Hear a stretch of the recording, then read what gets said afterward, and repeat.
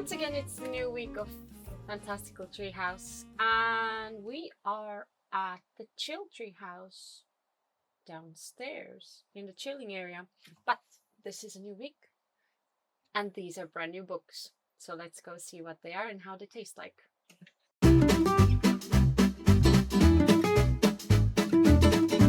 We're absolutely starting big, and we're gonna go with a very popular book at this moment, and it's This Kingdom Will Not Kill Me.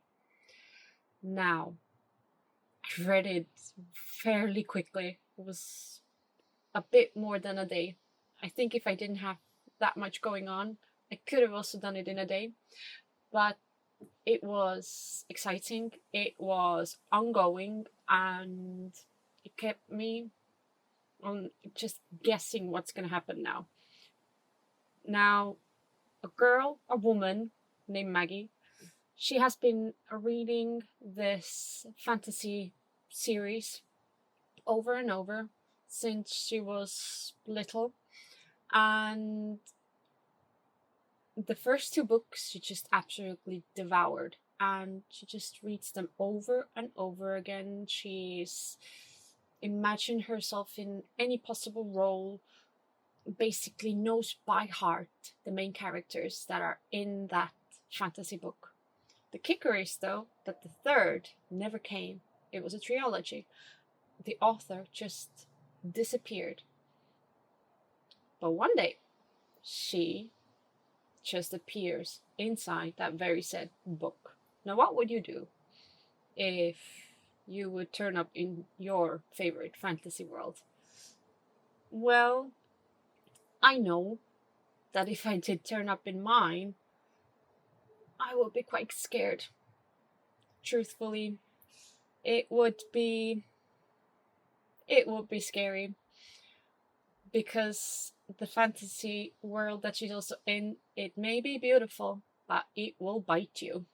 And another thing also that she quickly comes to realize is that she cannot die. For some reason, she just cannot die. So she finds herself in front of a choice, whether she wants to let the plans or the written future then for those characters, those people. It's in that moment, it's not anymore just characters. They feel like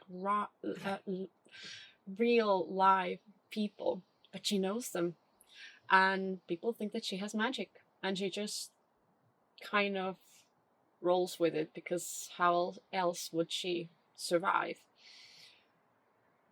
And she finds herself suddenly surrounded by a found family that she now has become to care about, and she absolutely wants to keep alive, because especially the second book, it was not pleasant. The world was literally set on fire. The realm was set on fire, and she's going to do everything she can to stop it. Now, because this book was, I did like it, but it was also, there was this magic, but it felt very lived in. It needed something to reflect all of that too. So I did blackberry, rosemary espresso tonic. It just, there needed to be something cold, but it also needed to have a kicker in it, something different, and yet that keeps you guessing. And there was also quite a bit of blood and brutality, which did go really well with that story.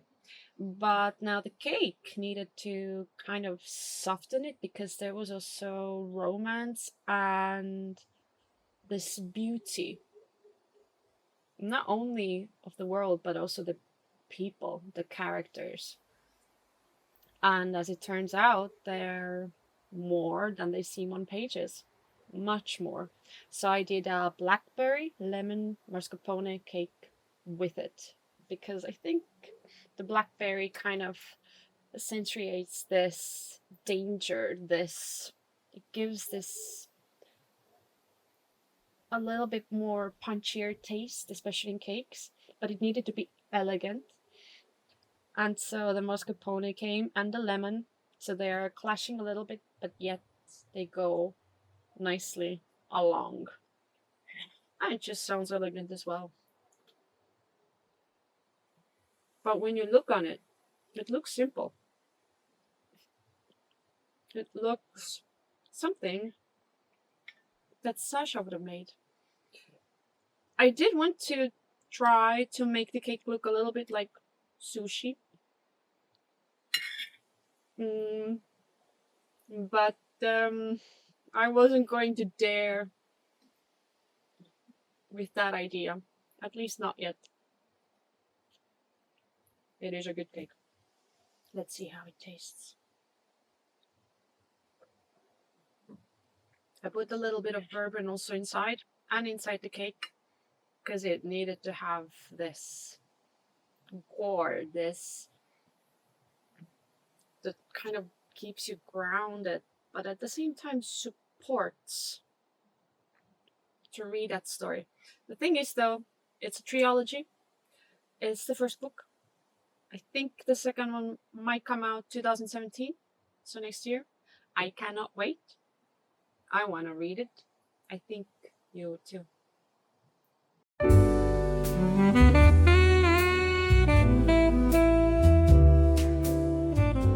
Next up we have Dead as Gold. This is for Bunny. This is a dare, this is a challenge, and I accepted it, and I've read the book and I've made a taste. I really liked it. It was a mystery. It was this gory, a little bit gothic standalone read. So when I started reading it, I wasn't exactly sure what the pace would be, especially because it also changed quite fast between the point of views of the characters, the three main characters, or let's say the characters that are essential to the story. So there is Adam, there is Ophelia, and there is William Kent. And it takes place in the Morrow Sea, and there's something going on. Each of them, whether they live there or they've just come there to find something in themselves or a fairy tale story, for one reason or another, and because of some dangerous, weird happenings, are also brought together. And I think, especially to Adam and Ophelia, they never expected that, to find something more. Maybe it was because they were deep in their own worlds, in their own sorrows, thinking that they're not worthy of something more, or they were just happy as they were and what they had and who they had. But there is something going on in that city, in that town, something dangerous, and it kept me on the edge of my seat. I did enjoy actually the pace, the fastness of it, the keeping you in the moment, even though it was written in three different character point of views. It didn't lose the momentum. And I have to say, I'm not going to give away the end, but when came out a certain development in the book, I think I even felt like perhaps I missed something, or how did I not see that coming? And I had this deep urge to actually flip back the pages, to go and read through, like, did I misunderstand something? Because it was really confusing, but in the best possible way. But there's this little homage for Adam, because he's a goldsmith, so I added a little bit of gold and I felt this darkness with the light went very nicely along because of also Ophelia. But I did feel like both Ophelia and Adam, their inner worlds, it they felt very down, and for good reasons. They've just never had the opportunity or possibility to see the light. And then when also these horrid things happen to them, death and murder around them, and people stalking or these mysterious robbings, then how would you interpret that to yourself, especially when you also have family around you that you want to keep safe? But it was a good book. I enjoyed very much that it was a standalone because I do like to know the conclusions, especially if it is a trilogy or a duology or more, that they have actually all the books up because it's very difficult to wait. So I do appreciate that it was this edge of your seat good story, really. But I made a smoked vanilla oat latte. That's an important part of it. It needed to be oat latte, not regular milk. And then I made actually a no, this is not a jasmine cake. I made a hazelnut and dark chocolate cake because it needed this smoothness yet that feels a little bit with depth depth, and then I suppose perhaps the good word would be sorrow, whether they were looking back to their own lives and then the people around them, and then everything that was happening alongside, and then also keeping them back from wanting more, from believing that they could have more and should. So I think that this pairing goes well together. I put inside this smoked salt. It just gives this richness to it. This also because it was right next to the sea. That's important.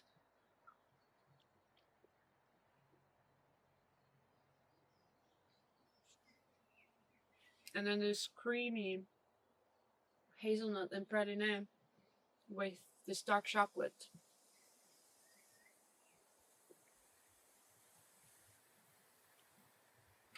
It just melts in your mouth. Perfect. If you've been cooped up too much in the city, thinking about reconnecting with the nature, or just to travel, then come join me here. Come stay in one of these fantastical, beautiful tree houses. We've got 4 to choose from. So go visit treehouseestonia.ee. That is treehouseestonia.ee. Let's check it out.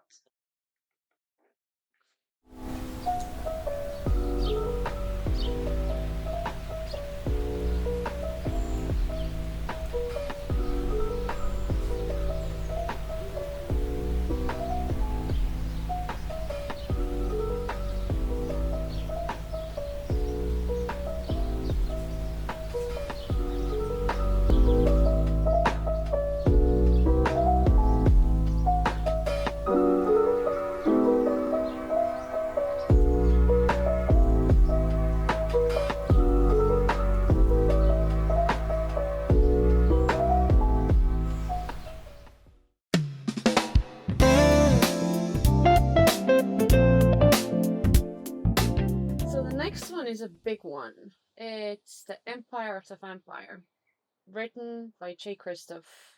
Well, all the 3 books. Was a damn good saga.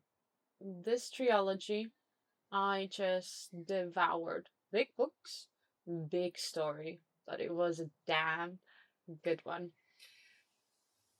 So I really enjoyed the complexity and the cruel world that was so lived in.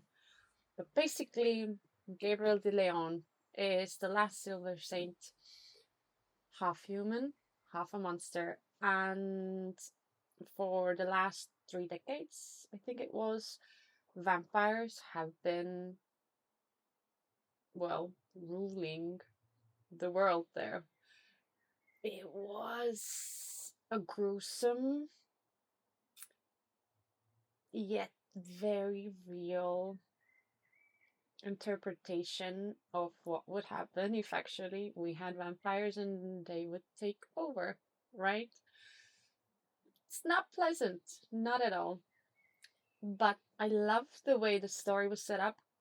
Was Jean Francois, I hope I'm saying that right, the one who interviews Gabriel, and he's being held in a prison, vampire prison,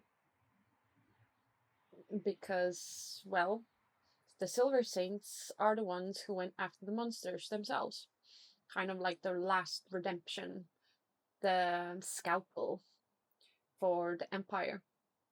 Not the army, but the precise scalpel that took out very dangerous beings. And he's the last one. And he's being held. And Jean wants his story, or the Queen wants his story, his life story, and what happened to the Holy Grail. They were sitting just, especially the first book, it was just the two of them, and the way it was reflected back of story of how he became what he was, this celebrated hero, conqueror for humans, and yet so hated by the vampires. And then how he also lost the Grail, as he said, or was said. The whole time, though, that he was being interviewed, there were three things to me that I could practically taste, which was Merlot, red wine, because while he was being interviewed, Gabriel Gabriel de Leon just kept on drinking Merlot, bottle after bottle. So it would have been sacrilegious not to add this to the taste. The second thing was, for me, the red powder. Again, something very important for the Silver Saints, to keep them at bay from actually becoming the monsters, the half of what they were, half of their parentage, but also half what gave them the ability to be what they were. And then the silver tattoos. So I tried to create visually also something pleasing, but it's more about the taste. But I made a dark chocolate tart with black cherry filling and then with red wine ganache. I think that this does justice for all of the three books, because it is the taste. Again, they deserve something grander, something bigger, but taste wise, this crunch from the tart shell, this black cherry, and then the red wine ganache. I think it just goes perfectly along. I have to say, I already ate one. It's gonna be my second one.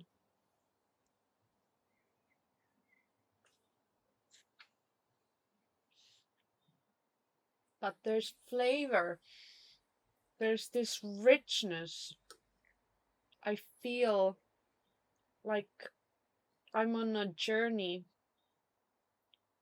on my own with this. And then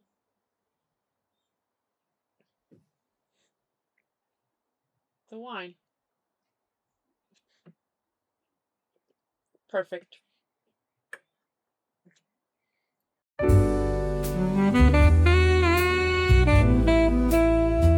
And this week's last book is The Host.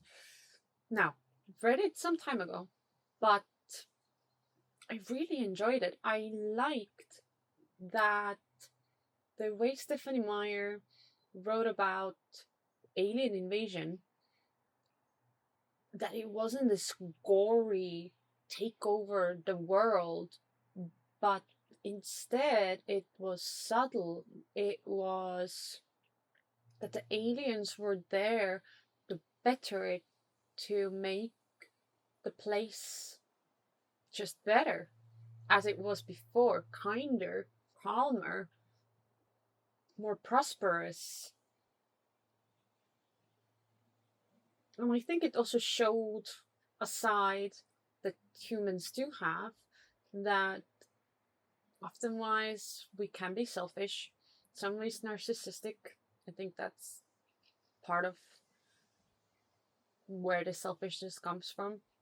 But that our desires are driven from a completely different place, but instead we should perhaps be focusing more unanimously in building just this beautiful planet that we're living on more prosperous together.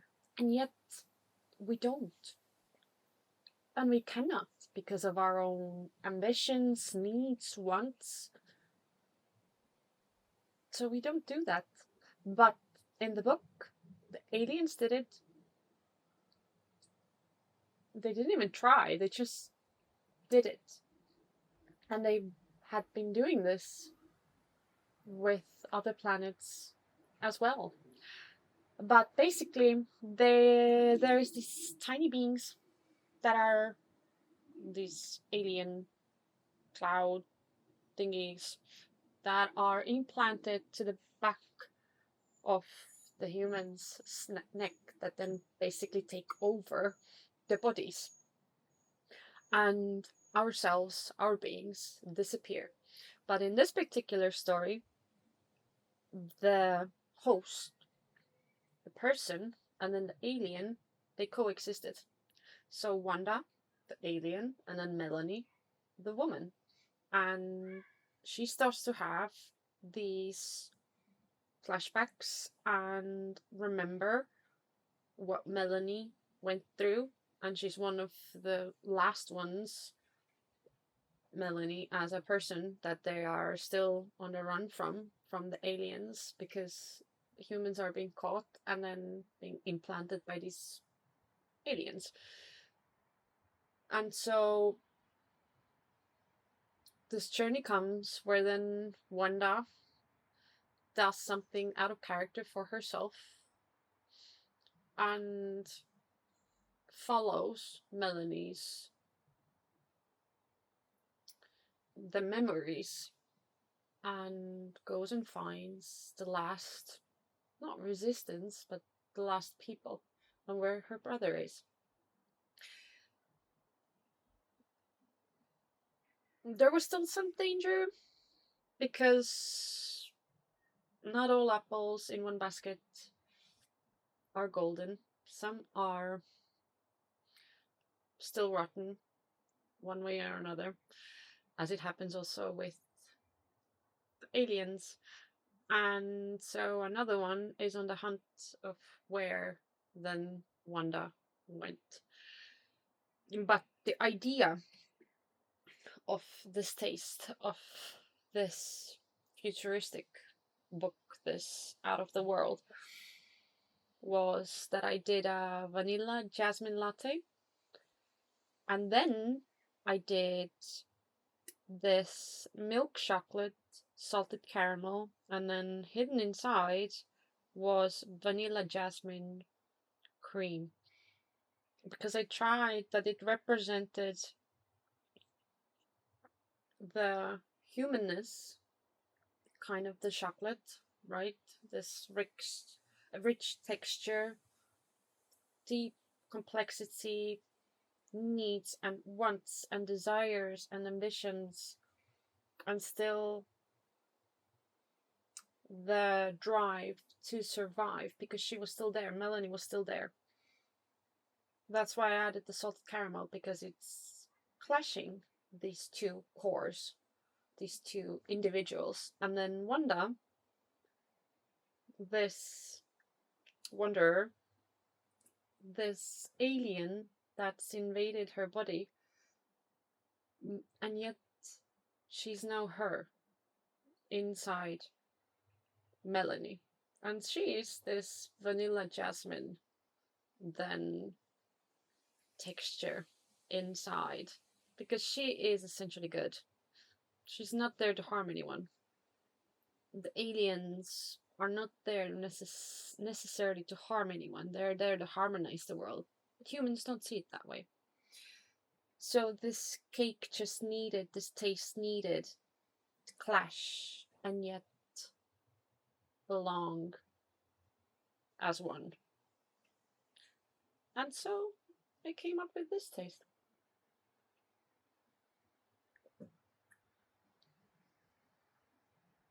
There was a fly.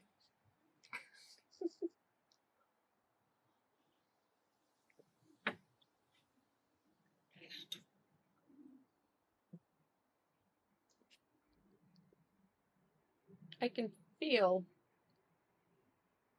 the difference, and the caramel just gives this, the salt caramel gives this clash,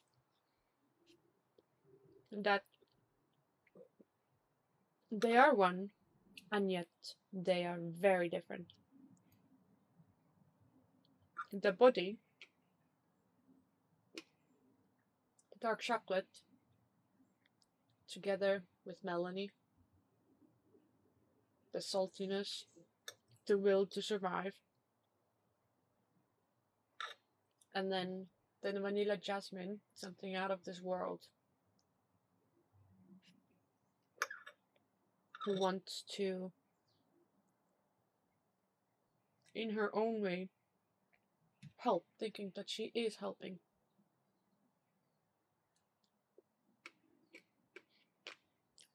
Damn, this week has been good tastes.